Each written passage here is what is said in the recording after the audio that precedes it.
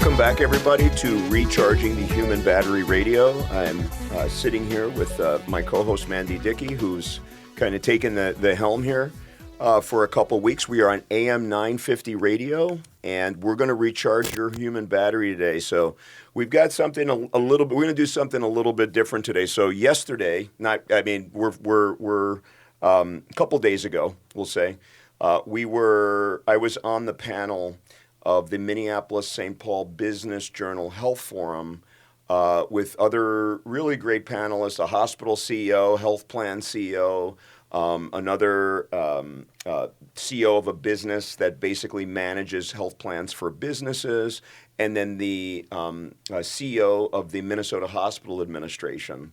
It was a very interesting discussion. So many points came out of it. There were so many questions, and basically what the gist of this meeting is to get together diverse healthcare leaders in one room to discuss what is most important to our fellow Minnesotans' businesses, because mostly business.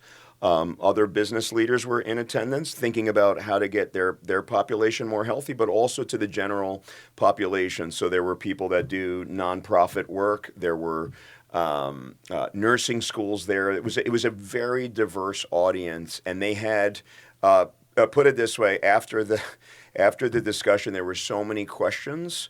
Hands were up. I don't know what they were going to ask, but one of the things is that in a forum like that, it really needs to be, 4 or 5 hours, honestly. And I think people would have been really dialed in and wanting more, So I think the best way to do this, and myself and Mandi, we talk healthcare all the time. We talk things. She has no idea what I'm going to ask her, which is going to make this episode really fun. But it's all questions she knows the answers to. It would be really easy. What do you think? And this isn't even one of the questions, but what do you think, your personal thing, what do you think going into the next couple years is the biggest challenge that patients are going to find kind of navigating the healthcare system? Before we even get into this, we'll take up the questions on the other side. Yeah, the biggest thing that comes to mind is cost. Insurance plans have changed over the last few years. My husband's changed for our family, and just trying to navigate the cost of healthcare is insane. And when you're paying $500 for a routine appointment at your ortho appointment, and you could have gone somewhere else and gotten maybe potentially more answers, people don't know about the other options. So I think it's going to be learning about what those other options are and trying to find where they want to spend their money. No, absolutely. And we've talked about this extensively. It's about, it's really about investing into your own self. I actually did a keynote talk last week to salesmen and women at a aesthetic company. It was their big national sales meeting. And one of the talking points was, because I'm trying to get them to how do they basically get into the physician's mind, which is we can talk about that for hours, but it's we have issues and we're very selective with what we want. But one of the ways to get it is, for example, when they're trying to sell their aesthetics products, one of them is for fat reduction. And the kind of the theory behind it is people will spend their money on things that make them feel better, to look better. However, the way to really, get that into the hands of a physician, why do I care about that? Why would I care about that as a doc? Because the more people are having these positive mental, ideas about themselves and are feeling better, the more likely they are to follow their normal regimen, take their medications as prescribed, do their diet, exercise. So every little thing chips away. So I just tried to do that. But back on that, that's people spending their own money for, and in this case, it was this Venus Bliss Max. It was this product. It's really amazing. The results of it are really mind blowing. It's just, how do you convince people to spend those dollars to help them? And it's great for those GLP-1 patients, something like that. So we'll pick this up on the other side of the break. I think this is going to be a great episode. Don't go anywhere. We're on Recharging the Human Battery Radio. I'm Dr. Sinicropi. I'm with Mandi Dickey, and she's going to be on the hot seat here on the other side of the break.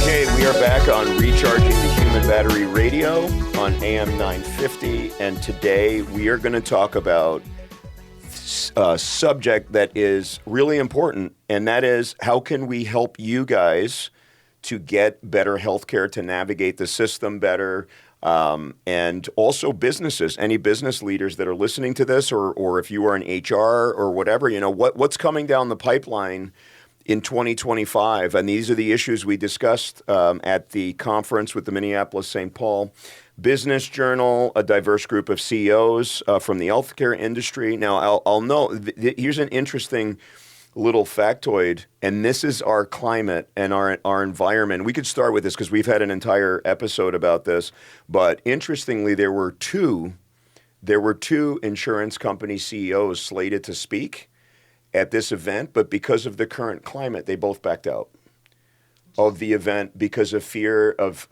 security and safety issues. And interestingly, they actually had the check-in booth on a different floor yesterday, and with beefed up security just in case, you could imagine that when they kind of prep me and saying, hey, we really want you to answer this question or that question, one of the questions they said that was really my question that they were going to throw at me was acknowledging why people had such a frustration towards the healthcare system and the very horrible assassination of the United Health CEO. So you could imagine, I'm thinking to myself, man, maybe I need some beefed up security, even though I'm with you. I'm fighting with you. We're together in this. We have the same gripes, but certainly, going to violence. So we could just start with that.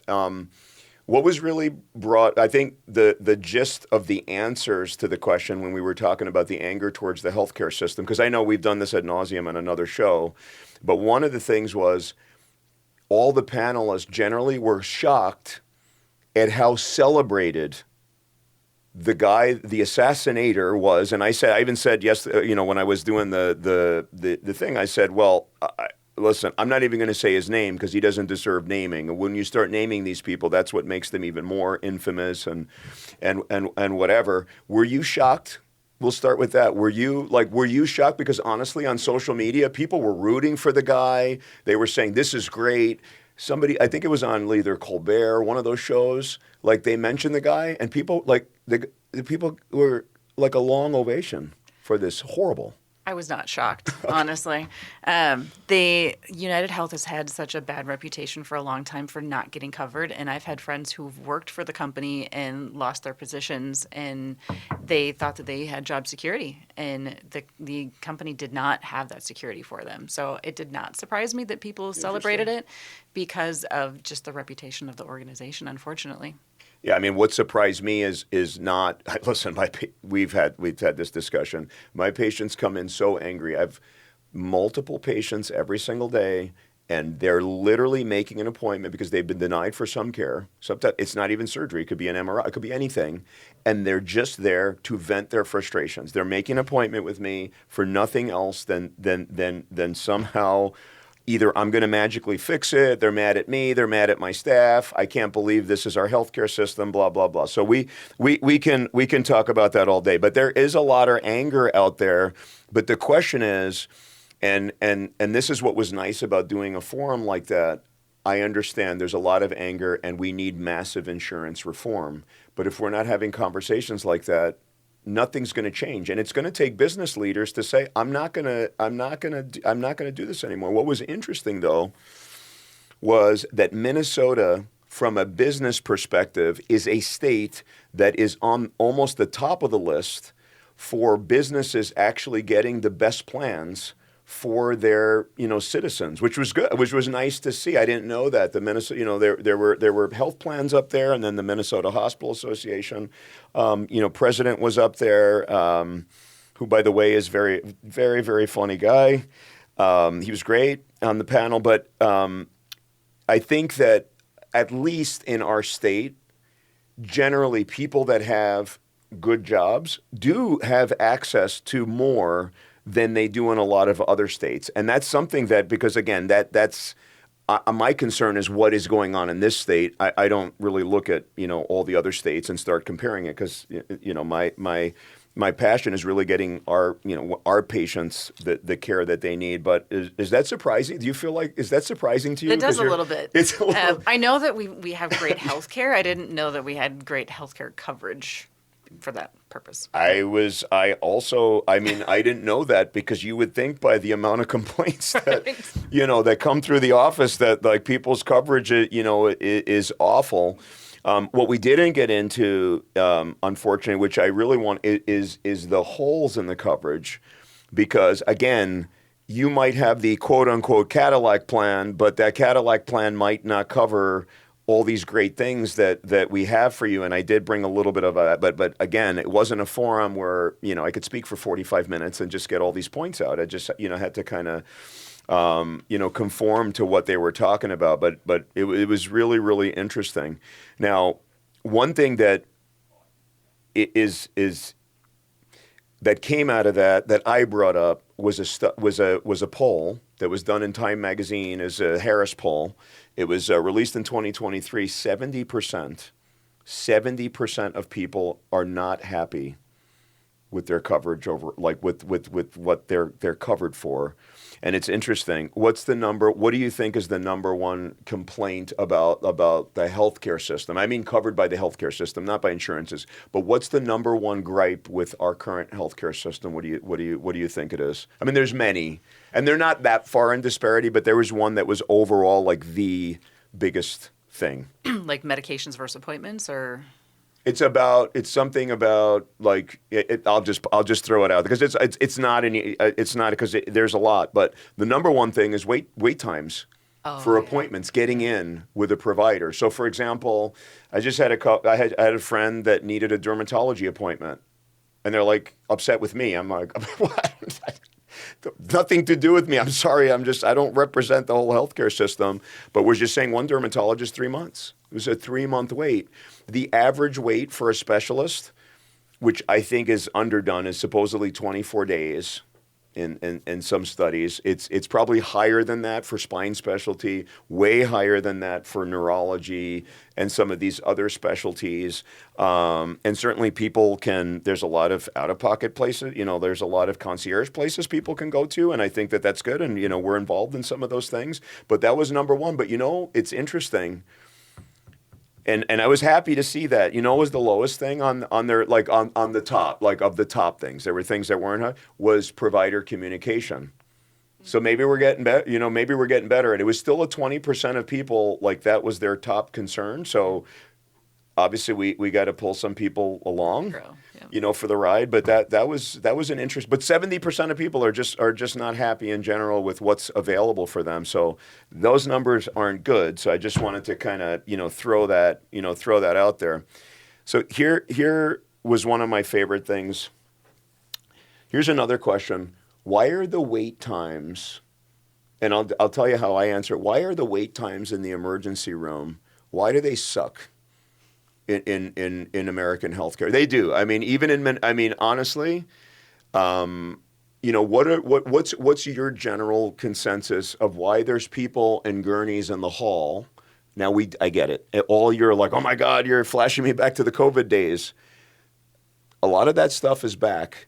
So I'll tell you kind of what the panel was focusing on. Then I'll tell you what I focused on, which is a completely different perspective. What do you think is the biggest? Well, like what's your, like if somebody your friend of yours calls you from the ER, it's a 6-hour wait, and you just want to kind of give them an explanation, go. Yeah. My top two things. One is because it takes so long to get into your provider. So the wait times are so long. If you have an illness now and you call to set up an appointment and they say, well, they can see you in 2 months. Well, you're sick now. So that's a problem. And number two, insurance covers the ER. It tends to cover the ER better than it does your other appointments. So if you go to the ER, I had an ER appointment or ER visit last summer, spent 4 days in the hospital. That was cheaper than my follow-up appointments in the clinic. So doing that it's insane how well that was covered versus anything else that I do. But people can afford to do that. So when they can go and they can go quickly and they can get that care done, those are my top two.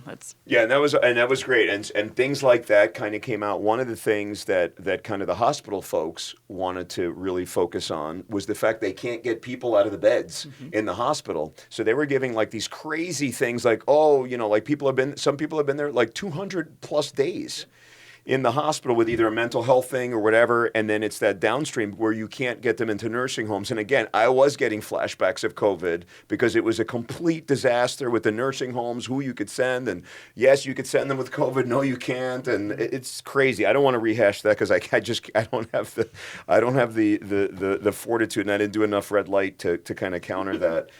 That effect. But what the point that I wanted to make, it's great. And the things you said, absolutely, that those are big things. But let's think even bigger. Let's think even long term, because we're in the health and wellness space. How about the fact that so many of those visits to the ERs are because of exacerbation of chronic disease, which is not appropriately managed? And we are not doing a good job. How many of those patients, that when you had to, your injury, how many of those patients were there with diabetic, exacerbations, where their blood sugars are 700 and they're sick out of their minds, or people that have hypertensive crisis because either they weren't following the regimen, they're on the wrong regimen, no one's ever found the root cause of their hypertension, so they're being treated inappropriately. Let's not even talk about like the fact that we don't have enough psych providers, and so these ERs are filled with psych. I remember doing my ER stuff, and the most fascinating thing was just sitting down talking to people about how there's satellites in their coffee grains. And I'm thinking to myself, like, how is this the right place to take care of these people? Like, they need high level care. Either they have to be whatever, they're coming off the streets. All kinds of stuff is going on. So the people that are coming off the streets, obviously they're not going to access a lot of health care. But all these other people with autoimmune disease, major exacerbations. Why? Because they're not being managed appropriately, because our care system is so fragmented. People don't have care navigators. They're not doing all the things we talk about on it. They let their diets go. What about inflammatory bowel disease? Okay, people, and a lot of them, they do get a higher level of care, so they know exactly what foods they can and cannot eat. But you know what? It's Thanksgiving, it's this, it's that. My aunt is here and she traveled from North Dakota, so we're just going to live it up. And then they're in there with these huge exacerbations. And so these ERs are just filled with all this chronic disease. Yes, the other stuff is absolutely true. But again, not getting appointments, it fits into that, where you can't get the appointment in there, and then you can't see your doctor. And you either are starting to panic because you're going downhill, you're deteriorating. Maybe you would have normally not gone to urgent care or the emergency room, but you're like, screw it, I'm getting sick. Like, I have diarrhea constantly and I have ulcerative colitis, and this is getting bad. And I can't get in with my doctor for 3 days, whatever it is, but it's a mess. Yeah. Would you agree that, like, if we don't get a handle on our chronic disease situation and tamp that down by preventative care, it's going to get so much worse. No, the answer, and I agree with the panelists, the answer is not building another 1,000 ERs so that we can house all these people. How about none of them go there? Because we keep them healthier. Anything to add on that? Yeah, no. I think I mentioned like a month or so ago when we kind of talked about this topic previously. I had a podcast interview on, and he was a concierge physician who used to be an ER doctor, and he did that because everything was chronic illness coming in. So he wanted to add to the chronic illness management side of things, and went into concierge medicine to try to keep those people out of the ERs. So it's a huge issue. No, it's a huge issue, and it's interesting because at our integrative health center, we're just onboarding a family medicine concierge doctor who can take care of all people's needs. It's actually low cost. Mm-hmm. It's a monthly member, but guess what? He's available. He answers all his own things. He's available 24/7. And he'll just take care of you if you have thing, and he manages all these, and that's what it needs to be. The current system, like the waits are, it's ridiculous. Especially it's interesting because the providers that do the best job, they're the ones that have the longest wait times. So paradoxically, they're going to be able to manage the condition the best, but you can't get to them.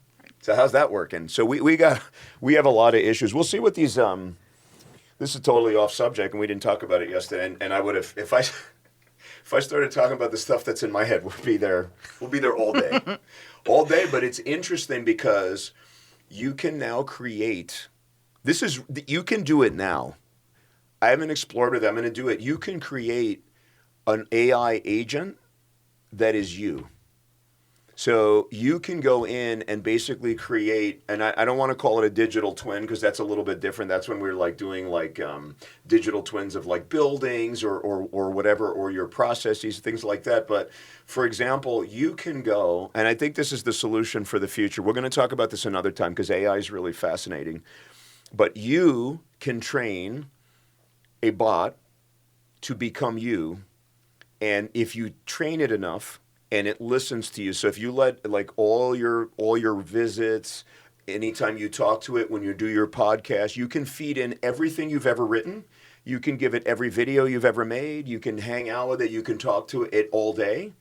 Eventually, the answers that it's going to give is almost what you would give. It's amazing. And I've seen it. Like there's all these things. Like there's a program, for example, they did it with just one text. And so they did, and this is common now, but this is when I first heard of it. I was like, oh my God, I gotta research this stuff. But they did it with the Bible. And so they took the entire Bible and they put it in, and then they put in all this other information. And so you can just have conversations with people in the Bible, and it kind of simulates exactly kind of what they would say. Not exactly, but close enough. So you can have, if you want to talk to Mary for a little bit, you can just say like, what'd you think about, when this was happening? And then there'll be like all this stuff will just come out. It's crazy. So you can talk to text. So it's amazing because like some of these things like, like the Iliad and the Odyssey, all these like books that we had to like be forced to read when we were and it's cool. I liked it. I love that stuff. I love like the mythology stuff. But all of these things are going to be put into these AI programs, and you could just have conversations with them and start like it's just fascinating. But we could have a Mandi, Dickey digital twin, and guess what? Then you could service 20 million patients at the same time. They could just ask you, and you'll just answer, and you're not even there.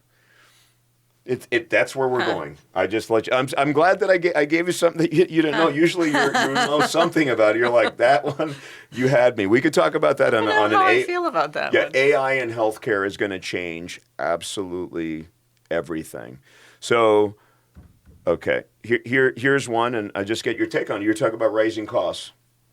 Yeah, and this one, we didn't even get to this one because we got so dialed into some of these other things. But so I want to get to some of the things that we didn't get to. So rising costs, what can we do as providers?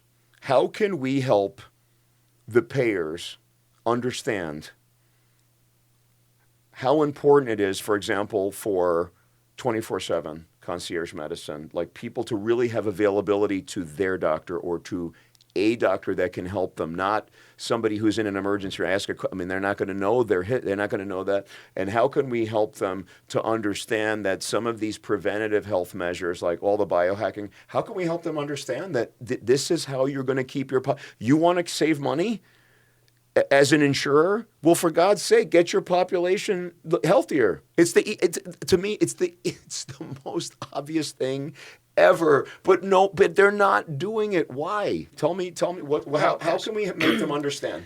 The why is a good thing. I have no idea how to answer that question. But I don't know how better to describe it than to talk about it like you're buying a new car and you take it in for your routine maintenance. When you do that, you're less likely to have a catastrophic event with your vehicle. So somehow we need to get the payers to understand that it's the same thing with the human. You bring yourself in for your routine maintenance, you're less likely to have something else happen. Does that mean something else isn't going to happen? No, there's always going to be other things that come up, accidents, illness, whatever. That happens even regardless whether or not you are taking care of yourself 100% as you should. So some things will happen. But if you're doing that preventative maintenance, you are less likely. Individuals need to understand it. The insurance companies need to understand it. I don't know how to say it other than just plain black and white like that. Yeah, and we know, and this is what I brought up, we know that our patients are not educated on how to stay well. That's why I'm writing a book on it, because I cannot watch this. They are not educated. So let's go a little. I'm going to go a little conspiracy. because it makes no sense. So, so you're telling me you're an insurer and you have all these covered lives under you, and you have these like really watered down like wellness programs. And I'm saying that because they, compared to like, for example, what we're doing in our wellness centers, it's nothing. It's a nothing burger. They like, maybe there's some recipes on there, so whatever. It's lower level stuff. But if you focused on that and you put a lot of your dollars, and they have plenty of dollars as coming out, right? That's all over the media. And you really educate those people, and they should almost be forcing people, not even saying, hey, if you do red light therapy, if you do oxygen, if you do all these other things, and you do it, and you commit to doing it 20 times a year or 50 times a year, or whatever it is, we will actually reduce your because they're not going to have the same exacerbations of their chronic illness. So this is, I mean, I could, like, literally, if we got a senator in here, I could explain it to them in 20 minutes, and they would be like, why aren't we doing that? All fired up. So I'm going to give a little, here's my conspiracy theory. Again, this is just stuff. I like to just talk. What do you think about this? Because I was thinking about it after I had this thing, and I'm like, okay, I'm saying all this stuff. Now I have to think about, well, why isn't it happening? Because it makes no sense. Yeah. Is it possible that they don't want to, this is weird. Is it possible that the insurers, even though they talk about their rising costs and they want to cut down on stuff, is it possible that they're trying to like play both ends? On the one hand, they want like high level procedures, which unfortunately people need because you've let them get that sick. So you want to cut that down. So you want to delay all that stuff on that side.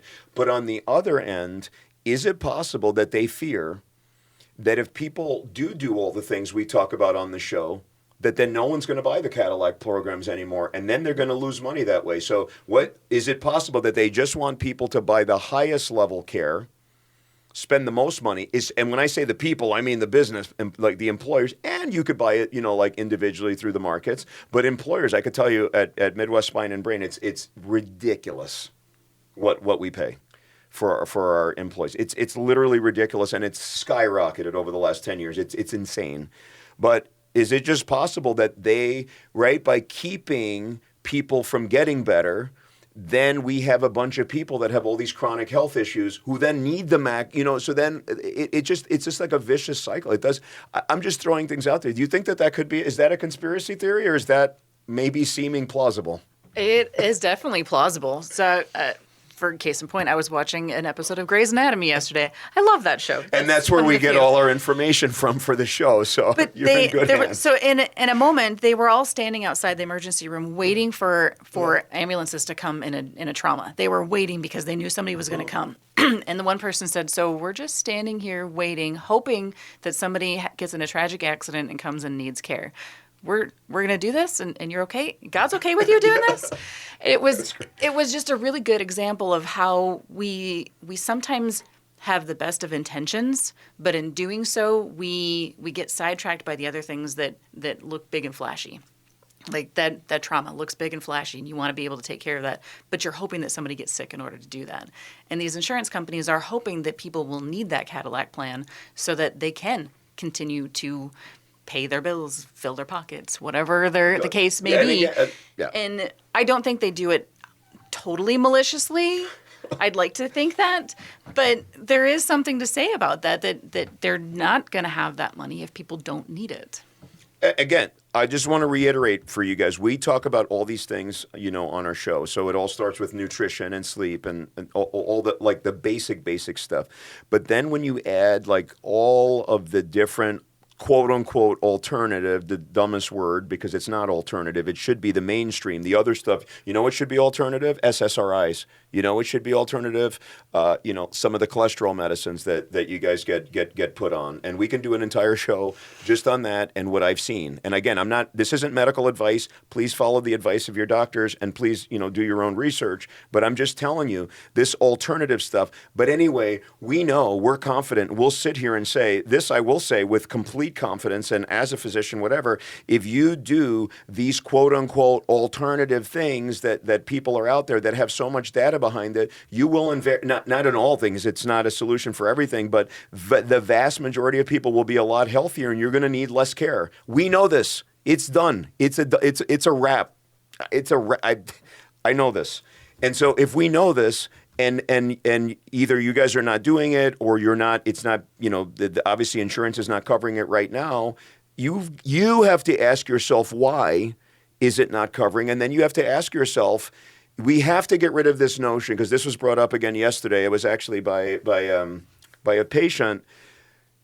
This notion of, the insurance doesn't cover it. That means there's no support behind it. That's BS.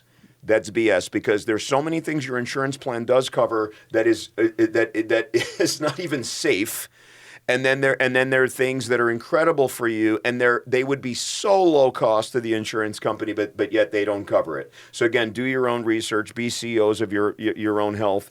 We could go on with this for forever. And it's just insane. So on that note, businesses. Okay, we always talk about this, and a lot of our focus is on the general population. I look at businesses, quote unquote, wellness plans, and it's laughable. It's laughable. No, having the massage person come once a week. It's great. Love massage. Love my massage therapist, by the way. Shout out to Jessica. She's awesome.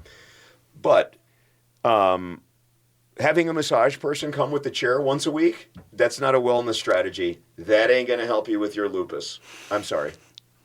It's fine. You might be happier. There's a lot of questions. How do we educate the business community of how important it is for them to have robust wellness plans? And we have one, but a lot of people, we have one through our wellness clinics, and, we've had some people sign up for it, and I think they're going to do great. How do we convince them to at least sign up for something like robust?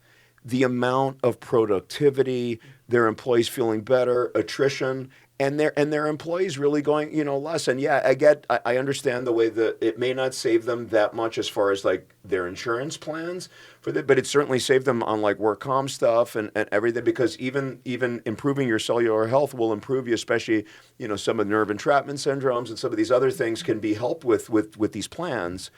And so how do we educate these businesses and how they're like really missing an amazing opportunity to make their employees better? Mm-hmm. I think a lot of conversations need to happen on that. Side note with that, I recently went to a viewing of the documentary called The M Factor about menopause. Mm-hmm. And they talked about how businesses can help support for that particular health topic. And the company Genentech, they make the clot-busting medication that helps save people's lives when they have a stroke. They had a topic group. They had a work group come in, and they talked to their employees about how can we help you better stay healthy. They actually took the lead on that and asked their employees to come and be a part of this work group. And they talked about menopause, and they talked about all these other things. And they've actually built this whole wellness protocol for women that are falling into that perimenopausal age so that they can be better supported with their health and that they don't miss work because of it. So I think if we can encourage companies to have conversations like that with their employees, what can we do to help you? And then just present them with the information. This is how many work days are missed because of this in your employment, and this is how it can be better if you help them stay well. I think just that knowledge, most of them don't think of it. Sure, they know what they're supposed to do on a personal level, but they don't think about what they're supposed to do on a professional level. They don't think about how it affects the whole company, and if they don't personally have a health issue themselves, they don't realize how it can affect their employees. No, absolutely. That was well said. That's spot on. I mean, a lot of times now we do, obviously, with our company, we talk about health and wellness initiatives, and actually my,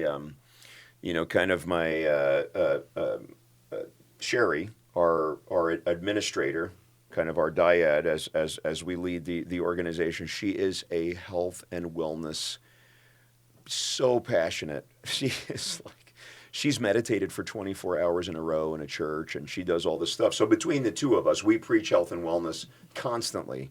to our employees. Now, did they take advantage of it? That's a different story. Despite having all the access in the world, despite now having, a connection with our hypercharge clinic and all this other stuff, still there's people that don't take advantage of this stuff because they're too busy. They don't have time. Same thing. That's why they don't go to the gym. That's why they don't take walk, because they're too busy and they don't have time. Who doesn't have time to take a 15-minute walk? I don't know, but you must be the busiest person in the world. So I think we need to just, think about this. So that's kind of the focus on preventative care and things like that. I think, we've got a little bit of time left, and we've talked about this before, but I think it was one of the most important things that we really discussed. There were a lot of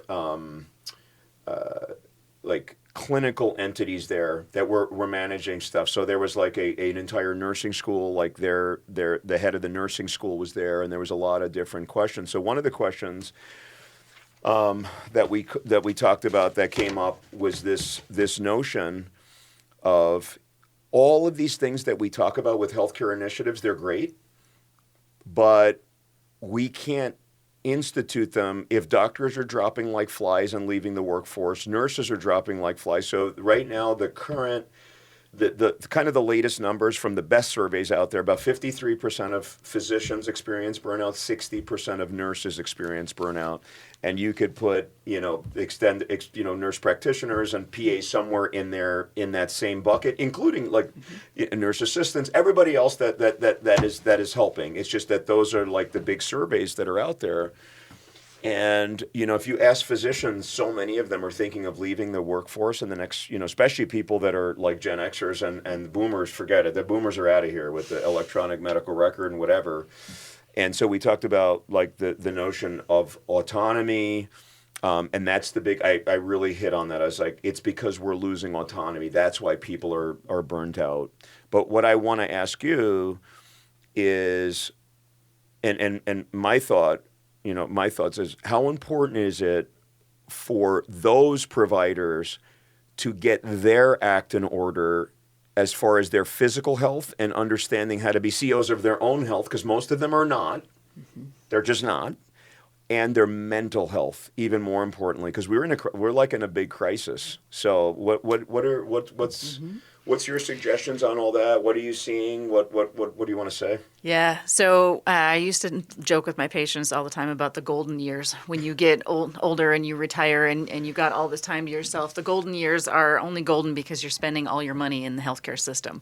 And if you're not taking care of yourself, your retirement is spent in the hospital. You get sick a lot. You're not keeping yourself busy. I see a lot of people after they retire, they get bored, they get depressed, because they're not doing what they used to do. They don't feel like they're contributing to society. So while, yes, they're getting burnout on the job, they're getting burnout from not doing anything once they retire. So getting that good baseline so that you have your health in order before you retire is so important, so that you're not spending your golden retirement age in the hospital. I've seen too many people do that. Yeah, but not only that, is how many stories do you know of people that work, they're not happy, they do all this stuff, then they're like, I'm going to retire, and then you hear horror stories like, oh, they died of this, they had this, and a lot of it is probably related to the fact that you're absolutely right. You took me in a different direction. I wasn't expecting you to go there, but when people don't have a mission in life, we always need something to keep us going.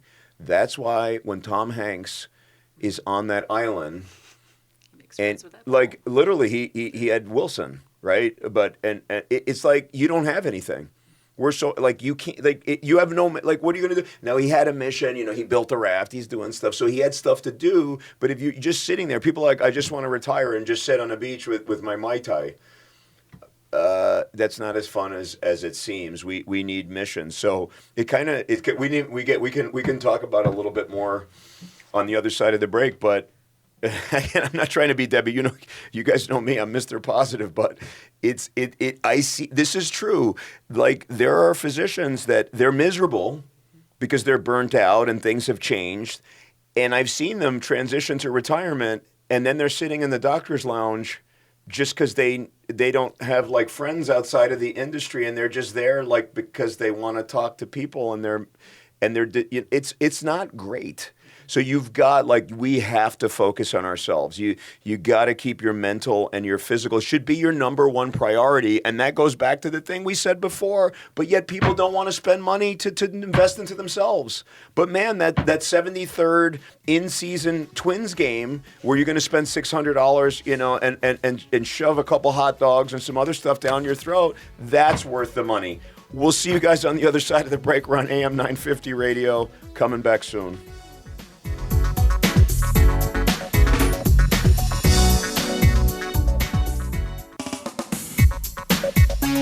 All right, welcome back to Recharging the Human Battery Radio. I'm Dr. Sinicropi. I'm with Mandi Dickey, and we're having a fascinating discussion about how to help the healthcare system in general. And actually, Mandi, I had potentially one other question, but she took me in a different direction, because that's what we do here when you're in studio. Like, you just go we let it go where it's going to go.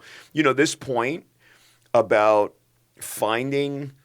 always trying to think about what your mission in life is. And it's interesting because in that healthcare, debate or forum that we did, a lot of that was reconnecting the providers with their mission of really helping our fellow human beings, and connecting with that really makes us feel good. That's when we feel the best. I'm sure we've talked about that. We feel great when we can help somebody and we hear these stories. That's what we did it for in the first place. When you lose connection with that, and it's all woe is me, and this sucks, and I have another 12-hour shift, and all these people are in, and the census is horrible, and this person has that, and that's not a good. But anyway, when we have mission in life, so that's when we're the most energized, when we're like, hey, we're really doing this, we're helping people, we're doing stuff. So it just brought up a couple other thoughts. And it's interesting because I was on another panel this last week with an immense health event, and that came up too, maintaining your mission. So there was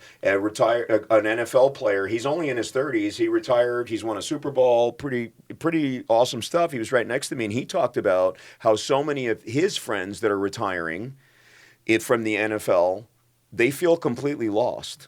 And so he's gone down the direction. He played golf for 3 years, he said. And then he's like, I probably should do something. And so now he's selling real estate. He loves it because he's like, I'm helping people in a different way. Mm-hmm. And I feel like I have a mission. But some people are completely lost. They don't know what to do. They're used to spending all this money. And then they realize, okay, now I don't have a mission, but I'm spending money. Eventually it runs out. And then they become depressed. Same thing with veteran syndrome, right? They come back. Some of them have been in for 10, 20 years. And then they become civilians, and they literally don't know what to do, and you need a mission. And I listen to like Jocko, who I'm sure a lot of you guys listen to, and David Goggins, and all these former guys that were SEALs, and they talk about that all the time. You always need another mission, even if you're 80. You need a mission, and whether that's watching your grandkids grow up or do whatever, you just need a mission, or finishing that rock collection. I was like, you guys know, when you don't have a mission, you can't do it. That's something that we certainly don't teach, and maybe we can weave that into our, making sure that people have a mission in life as part of a healthcare plan. And I do talk to people about that, in the thing, but maybe it should just be, we should talk to all our patients about making sure they have a mission, or at least asking them, well, what are you looking at of life? Because it's really important for their health. Yeah. Yeah. And aside from that too, is just having something that makes you enjoy life. Mm-hmm. So I used to ask my patients all the time if they had hobbies, and they would kind of look at me funny, like, do you have something that you do outside of work? Because when you get, like we were talking about before the break, when you get to that point when you're retiring, if you don't have anything else that you enjoy doing, there's nothing else to occupy your time. So whether it's a mission that you have to do something or a mission that you enjoy, you need to find something that you can do outside of those work hours. Well, I mean, this is real fascinating, and honestly, having a mission, it ties into so many other things we talk about on this show, but it can be a significant part of helping you with your chronic disease. Because when you have a mission, you're more likely to take care of your health. You're more likely to follow doctor's advice. You're more likely to seek other opinions. You're more likely to follow that nutritional plan. It's just really, really important. So have that mission. have that goal in life. Do whatever you want. Volunteer for your church. Go. You got to do stuff, because remember, when you help people, the most. I think I might have said it on this show before, Yeah. but when you help people, it's literally the most selfish thing you can do, because it helps you to release all those chemicals and hormones that are going to help heal your body. So we might have a couple more questions that we have to get going on next show, since Mandi just brought up it's so important what she brought up. It's so important that might be as important as all the other things we talked about, because honestly, if you're just like, miserable because you don't have anything to do, it's definitely going to hamper your health. Anyway, hopefully you guys enjoyed this. We'll see you on the next episode of Recharging the Human Battery here on AM 950 Radio. Dr. Sinicropi, Mandi Dickey, we are out.